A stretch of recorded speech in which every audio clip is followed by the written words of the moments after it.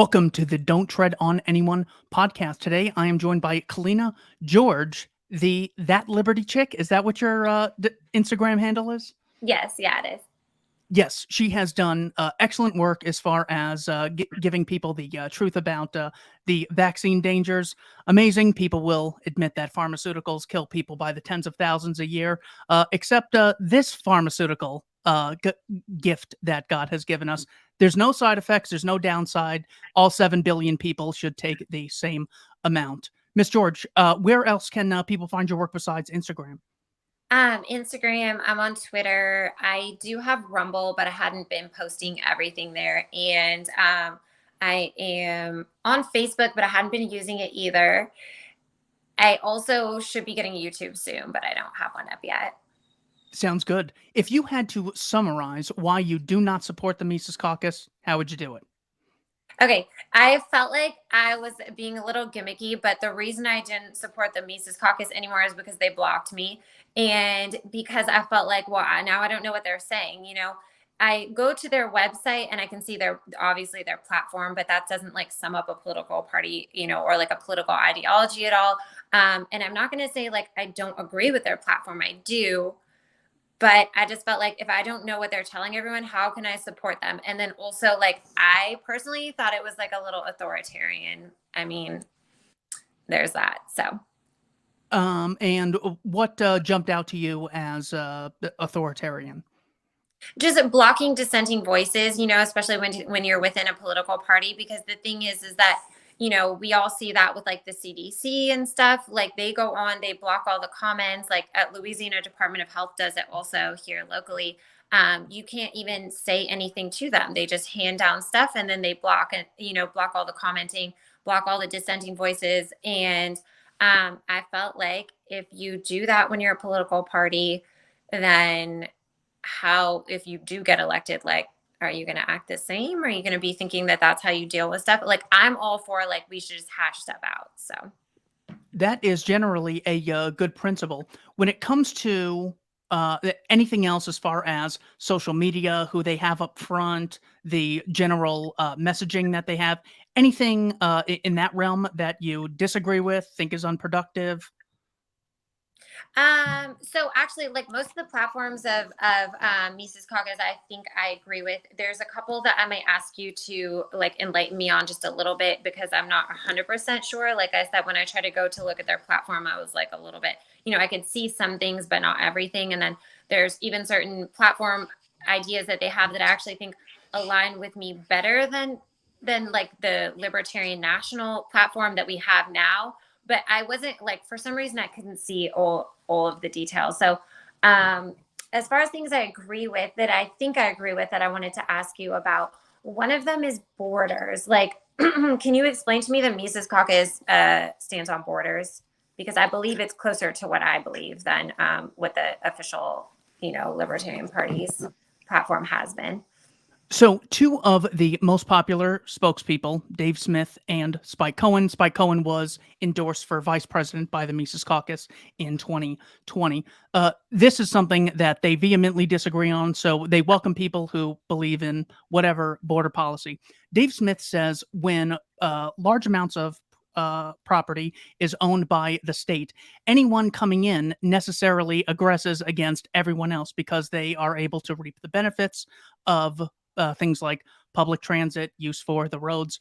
Spike Cohen says for the same reason we should be able to walk freely between cities, states, and counties, people should be able to move between countries. Dave says Murray Rothbard said, open border immigration is one of the tactics the Soviets used against people in Estonia when they wanted to decrease the amount of cultural passion within Estonia. So if there's only Estonians, well, they control 100% of Estonia.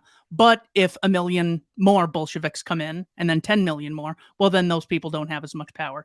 So they saw it as a way to increase the amount of socialism in society. So both of those positions are welcome in the Mises Caucus. Yeah, and I tend to agree more with, I guess, Dave's opinion, just because I see it as like you can't actually have an open border. You can only have a unidirectional open border that allows people in. You can only say like we don't really know where our country, where it starts, but we definitely know where it ends because it borders another country and they make their own decisions. So I don't think that it's beneficial to have an open border policy, and it seems like the Dave Smith ideology aligns a little bit more with that. So, What issues are most important to you? so the most important issue to me is bodily autonomy and health freedom. I think that that is so important. I mean, obviously, just right up there with that is like our right to, to work, which was attacked like when during lockdowns, like our right to live our lives basically, not bothered by the government. I don't think that they should be able to, tell us we can't go to work, can't do different things like that. And those are most of the issues that are most important to me. Bodily autonomy is the big one. Not forcing people to take vaccines, products, stuff like that. Very, very important to me there. So, If people want to find out the truth about vaccines, which is so often censored, where can they go? Is there something they could read? I saw you have a JFK document that I am meaning to read on your link tree. Is there a vaccine link you would send people to? yeah, actually, I think below that is, as long as don't have it off, which if I do, I can switch it right back on. But there should be a really good article on there for about aluminum in the brains of people with autism. And aluminum is a very major, component of a lot of vaccines. They use it actually to elicit the immune response. It's not like the mercury that they complained about in the past, which is small amounts used as like a preservative. This is actually large amounts of aluminum used to elicit an immune response and an antibody response. That's how a lot of these vaccines work. And it causes so many problems. It can cause autoimmune issues like asthma, eczema, type 1 diabetes, autism. A lot of people say, ADHD, juvenile rheumatoid arthritis, different inflammatory diseases. I don't know if I said allergies, but like allergies, anaphylactic allergies, things like that. So if you are curious about vaccines, there's like 3 places that I like to point people, because I don't go through and do all the research myself and everything. I don't put out articles on that, although it's not out of question in the future. But there are 3 places that do really, really good work. And that is Children's Health Defense, which is run by RFK Jr., the High Wire, which is by Del Bigtree, his organization. And they also have Informed Consent Action Network that they work with to like do, I guess it's like political action, and then also defending people and things like that. And then the third place that you can look is Physicians for Informed Consent, and they have a lot of information on the actual vaccine components and stuff like on their website, and that's physicians that have put that information out there. So Awesome. So what I want to do is give my general steelman of why you and everyone else should support the LPMC. Should only be a minute or so. I want to start with the Libertarian Party platform. They say we oppose all acts of aggression as illegitimate and unjust, whether committed by private actors or the state. I want to get back to that. First thing that I want to share is Tackling Paid Patriotism, a joint oversight report by U.S. Senator John McCain and Jeff Flake. This is an analysis that verifiably proves that the federal government pays people like the National Football League, Major League Baseball, National Basketball Association, National Hockey League, National Soccer League, and NASCAR in order for those organizations to put things like police and military support front and center. Second, we have from defense.gov how and why the DoD works with Hollywood. It is explicit. Now, why would the government, who already controls the military, be wasting time and money on things like selling people on patriotism in games and in movies? Well, the reason is because controlling public opinion is the central theme in what gives states their power.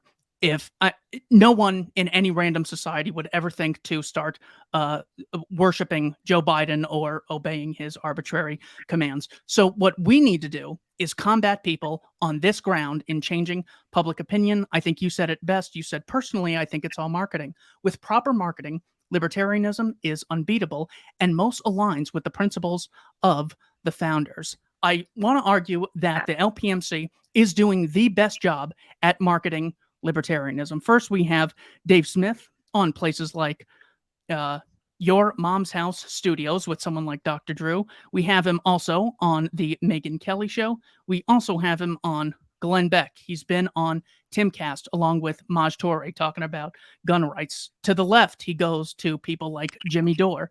And most importantly, he gets on the Joe Rogan Experience discussing the war in Yemen, where 3 million people watch, why Russia invaded Ukraine and the truth behind that. He discusses vaccine passports in front of 1.6 million people. Used to be us just screaming at ourselves in the living room, and now he's on these platforms, and the military-industrial complex and CNN. I think the LPMC is doing an excellent job. Here's an example of when Dave was a CNN employee talking about the police.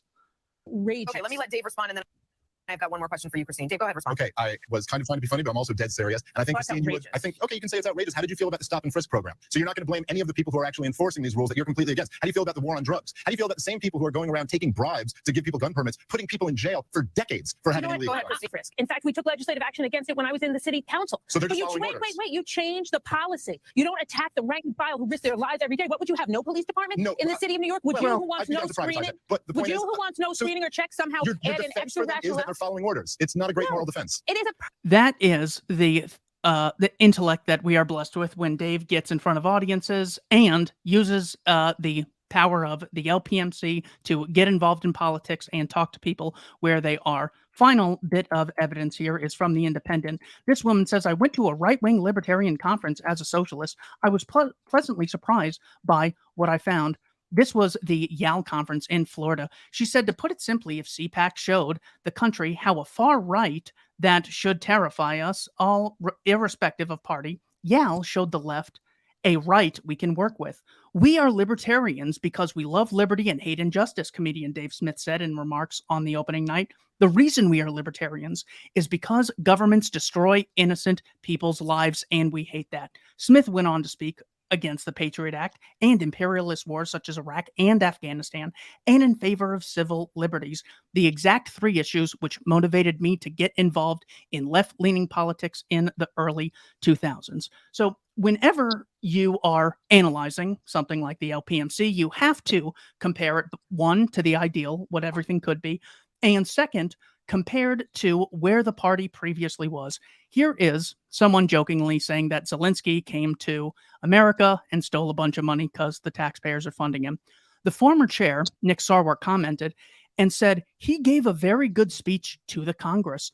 I would be proud to have him as my president. This is Vladimir Zelensky, who's murdered. I'm sorry. Yeah. Oh, that's kind of funny.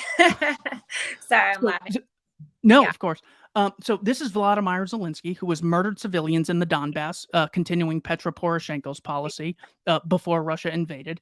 On February 24th, he mandated that people not be able to leave Ukraine during the war and instituted conscription for all men 18 to 60, confiscated Russian Orthodox property, and banned 11 political parties on March 20th. That is where we came from. That is how much of an improvement the LPMC is, and why I think we should be very appreciative. LPMC understands that the problem is not that there are people who have power in any society. People are going to have power. The problem is the state having a monopoly on this power. So the answer to this monopoly is competition in the form of localization. All these groups competing and being a true check and balance to the authority of the state. So you shared a video where you said Nick Sarwark here is making some good points. I want to go through these. Okay, let me stop you for a second, because Clinton and I already went over this. Literally, the only reason that I shared that video was because when I said that I was critical of Mises Caucus, what Clint said, in quotes, laughs in Sarwark, and then a lot of people and I said, everyone hates this guy. I don't really know anything about him. I want to learn a little bit more. I wouldn't mind interviewing him, right? And understanding from both sides, like what's going on. And people tagged this video. Like, I didn't seek out this video and just throw it up, which is kind of like what then people later tried to make it seem like. They tagged this video and asked me to watch it. So I said, I'm going to do a reaction. I always give honest feedback based on what I'm seeing or my interactions with the person. I'm not going to just say like, oh, everyone tells me this person's a good guy or a bad guy and listen to it. Like, I'm going to make my own judgments. And so that was a video they provided for me. A lot of people were taking the points he made out of context, in my opinion. And to me, those parts did not sound like what was being presented. Like, they didn't sound that bad. Now, obviously, the Zelensky quote that you just said, I would feel totally differently about, but that's more blatant than like what they were trying to say was in this video versus like what he actually said. So I was advocate. Of course. Thank you for clarifying. Well, everything I say, and Nick Sarwark's a former friend of mine. So I think you should have him on your show. He was on my show. It would be a good discussion. So here are things that Sarwark said that I totally agree with. He said, we are different and we often live in a bubble. We don't talk to people who are not like us. We need to run candidates who can appeal to Americans, who can appeal to New Yorkers, who can appeal to Arizonans, neighbors, coworkers, and your friends. When it comes to who can do that, Nick Sarwark had the chair longer than anyone else, and he did not do that. Dave Smith is doing it on Joe Rogan, on Timcast. On the left, he's going to the Jimmy Dore show. A socialist went to see Dave Smith speak and was pleasantly surprised, so surprised that she actually admitted it and put it in the Independent. That's the true change in general public opinion that the Mises Caucus is bringing about. That's why. Here's my question. Do you think that Dave will poll better than the candidates that he ran? Just asking, like, do you think that he's going to actually pull more votes? Like, what do you think? Let's give a prediction now. Do you know what the last ones got? And then we'll give a prediction. I don't, Jorgensen. No, let me pull that up. Maybe like 1.5%. I don't know. Jorgensen votes. Yeah, I don't have those numbers offhand. Oh gosh, it's not even giving it to me. Well, let's say it's 10 million on the high end. Dave Smith will get more votes than Joe Jorgensen and Gary Johnson, and probably the highest percentage since Harry Brown. That's my estimate, but still, okay. But still, it's so low that it's not winning. That's why the Mises Caucus, I think, is correct to focus on local elections, because those are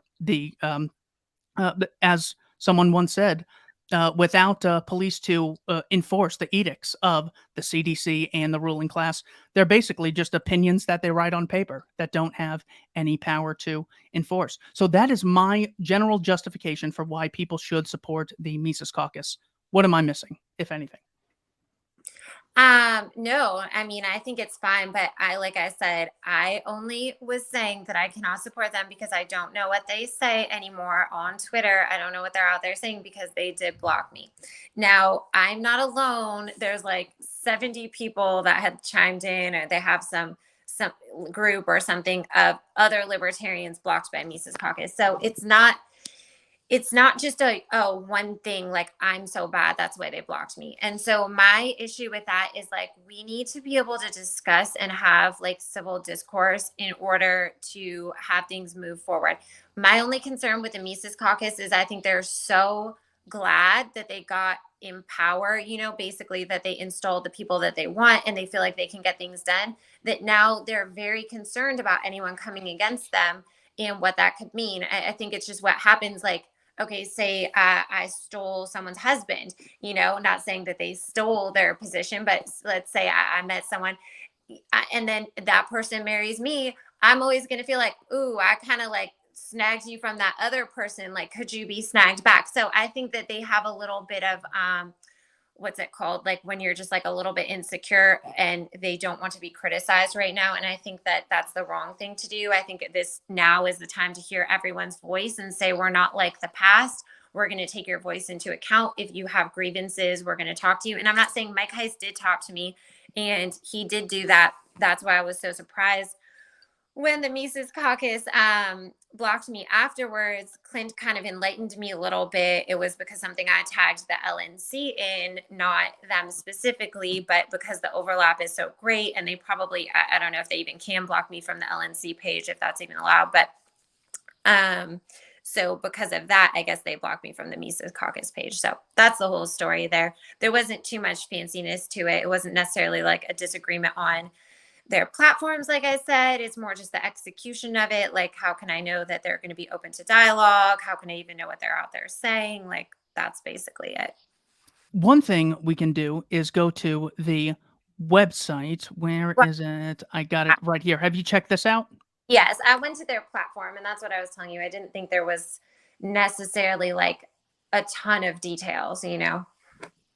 Okay. Yeah. And I have not looked at this. When it comes to something like lockdowns is their top priority. Usually a good indicator as to whether you think someone's an ally is to see what they're really, really passionate about. And lockdowns are the first thing, because that was one of the greatest autonomy violations that we've seen that we're not used to. Of course, the mass murdering wars are far worse, but it's something new that people were grabbing onto. So the fact that they're prioritizing that, would that change your mind and increase the likelihood that you'd support them? Well, I mean, it's not that I don't support them, but like I said, I don't disagree with their platforms. They just blocked me on Twitter. So I just don't, like I said, every little thing that they're saying, I wouldn't even know what it is. You know, they obviously are mad at me and don't want to have an affiliation. So I don't know how I'm supposed to support them. I mean, other than sending them some money and joining the caucus, like. Did you get an explanation from Clint? I haven't reached out to see what the justification was. I got no clue, but I would hate to think that one He person just blocked. mentioned it in there. It was because like I said, because I tagged. I don't think he doesn't have an official role or anything, but he was saying that it was probably because of the thing that I tagged the LNC in, and that the Mises Caucus didn't like that. So. And what was that? I heard you mention that there was an article. I have no clue what this article Oh, is. there was an article. The killer in Idaho was apparently a registered libertarian, and somebody had reshared it and said Mises Caucus, is this one of your people or whatever. And so I reshared it, and I said Libertarian National Committee or whatever. If you don't choose, you know, your influencers, just because people have been making fun of me saying that I only want to help because I want to be an influencer and all this stuff. And I was like, no, like I can build my own platform. I want to actually help y'all, not get anything from y'all. And so I said, if you don't choose your own influencers, your influencers choose you, which is maybe bitchy, but also accurate. And that's something that people, if you run a business, anything like that, you have to know. If you don't put out a good enough face for the public, you know, not the whole public knows who Dave Smith is. Not the whole public knows who Spike Cohen is and how intelligent he is, you know, but they probably did see that mainstream media article. And that's where I'm saying, like, you have to really come at it from all angles, and especially different demographics, you know. And Dave Smith and Spike Cohen, especially Spike Cohen, I'm just going to say I favor him a lot, because although I disagree on the border policy, I think he's extremely well-spoken, extremely intelligent, and I see him as somebody that could appeal to a very, very wide wide base of voters. So I really think that he's, you know, would be a fantastic candidate for anything. But what I was saying is that a lot of people don't know who they are. And so they see that article and then they're going to think libertarian. So if you have more people and you are trying to appeal, you know, okay. So appealing to different demographics doesn't mean that you're changing your message. I've proven this by the fact that my message is a libertarian message and it appeals to health freedom moms. Okay, they don't know that they have libertarian feelings, that they could be a libertarian. All they know is that all the things that I say all the time, you know, align with them and they love it. And so they look different, they talk different, they act different. The principles are the same though.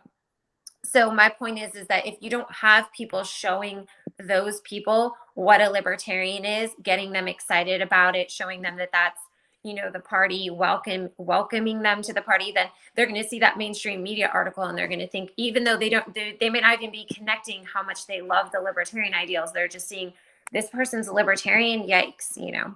So that was my only point there. Snarky for sure, but okay, yeah, snarky, but we can put that aside. But small deal in the long run. The reason I think that your metric of us becoming better marketers is met when it comes to Dave Smith and the Mises Caucus is because Joe Rogan and Tim Pool, people on the right generally, they have more right audiences, and people on the left, like this socialist and Jimmy Dore, are able to have him on and have very respectful conversations. I think that does a heck of a lot more than one murderer who was registered.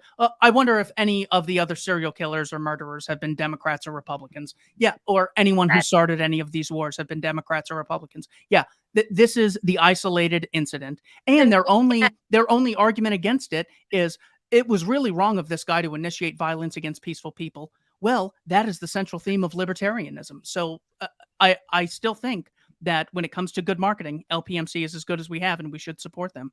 The media will always do that. That's not the point. The point is that you have to be better than the media, because the media will take anything that you have and try to drag you with it. And that's why you have to be so much better. And I'm not saying that Dave Smith isn't doing a good job, and that, you know, Spike isn't doing a good job. But what I am saying is that the metric for saying if we're doing well enough is how many numbers we grow, how many voters we're growing, how many, you know, like votes we get in this next election. Is it more? That's the metric, you know. So we can say that we think we're doing a good job, but in the reality, the voters speak and tell us if we're doing a great job, and we're going to see what they say, you know.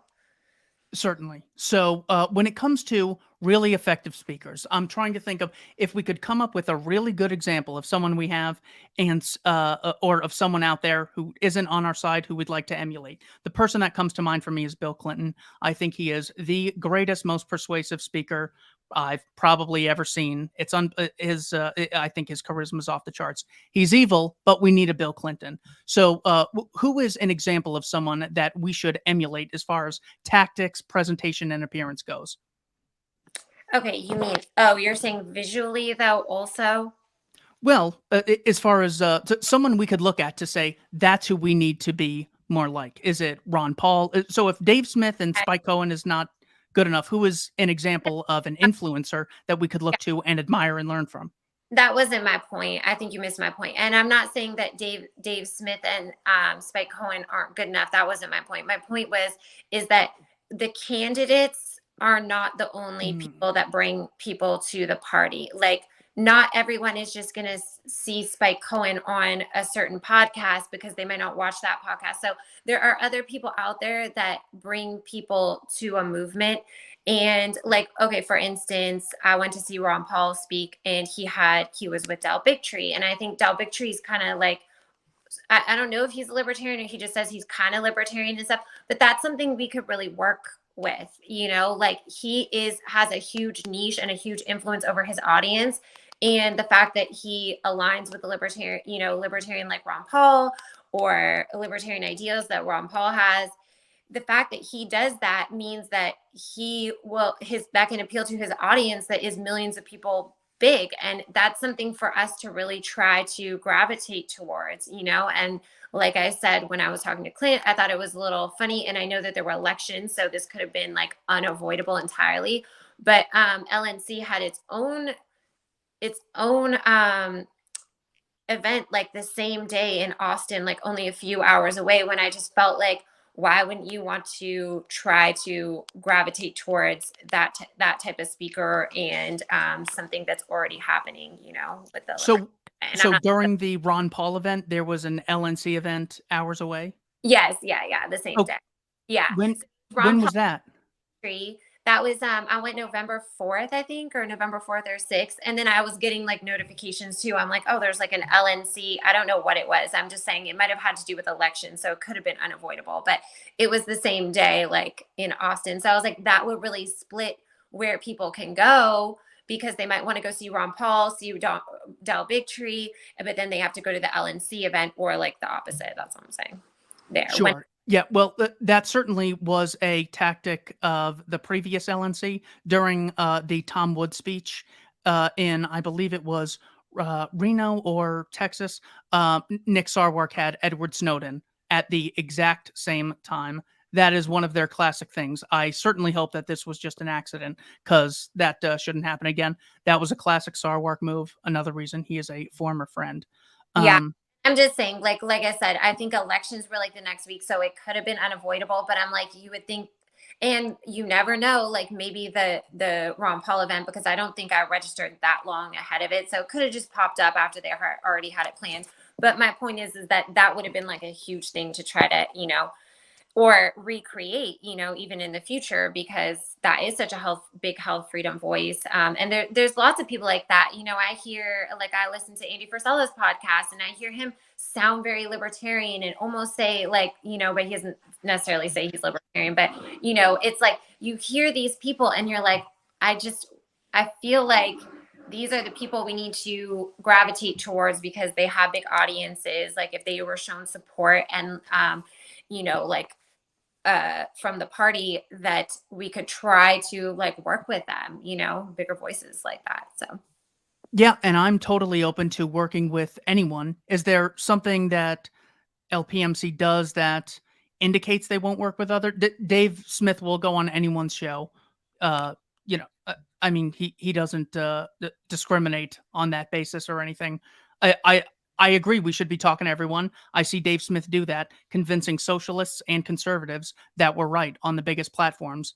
And so I think that is being done. Are you saying more people need to do that, and that's the problem? Oh, I guess you're seeing it differently than I am. I wasn't thinking of like going on people's shows. I was thinking more of like, when you're marketing to somebody, like sometimes you want to have like, people reach out like, oh, we've heard you say that you're a libertarian. Like, how can we support you? More from that aspect. How can we support you? Like, do you want to learn more about the Libertarian Party? Like, we would love to have you. We'd love to sit down. Like, maybe we could bring you to dinner and talk to you about how we're trying to change the world. Like, things like that. That's how I see marketing, not like necessarily just going on someone's show and trying to convince them, like trying to like cultivate a relationship. And yeah. But I do have to go in a minute. Sure. And you know what? That could be a great place to end it. Your general criticism is LPMC needs to do a better job at generating personal relationships, not just going on podcasts. That'll do more to change minds than getting on road. Because let me just tell you one example really quick before I get off. And I think that, okay, so like say I'm on Instagram and there's like these wellness box moms that sell the wellness box, and they're amazing at follow-up and conversion. Suddenly, not me, like I never joined it, but almost every other mom that thinks about patriotism, that thinks about America, that cares about it, is a wellness box mom. I'm like, imagine if we did this with libertarianism, like if we sold libertarianism like they do, like, hey, I love your stuff. Like, oh yeah, do you want to come to a meeting? Like stuff like that. But it also has to be welcoming. Like when they show up, like everyone can't call them a fed, like, oh, why do you have 50,000 followers? Are you a fed? Like, no one needs to hear that. They're not going to want to come. So that's my other point there, is like, we actually need to be welcoming and stop like acting kind of like, not that you do. I'm not saying you do. You seem very professional and like a great, like you put out like a very good presence for the party, but not everyone does. And sometimes that can be alienating. So. It can certainly be difficult. I want to end with your area of expertise. When it comes to fitness, we often talk about the Federal Reserve. Can't control the Federal Reserve. We can control our fitness and make our lives better in the here and now. What is a 1 or 2 minute pitch that if you had just had people's attention that they need to know about eating right or exercising to improve their lives? Okay, this is great. Just keep it simple. Do not fall for fad diets. Like you don't need to do that. Like the healthiest thing, unless you have something special going on that like, your doctor or nutritionist or something needs to help you with. Typically, you're going to want to eat balance. Your body needs carbs, your body needs fats, your body needs proteins. Like you don't want to, unless you have certain intolerances, really necessarily think about like, oh, I'm going to go totally carnivore or something like that, unless it's very special scenarios, I guess. But basically like try to keep it simple, keep moving. Don't ever think like I'm going to start on Monday. Like if you're thinking like I need to eat better, just start right now, go to the store and get something better, like toss the cookies or whatever.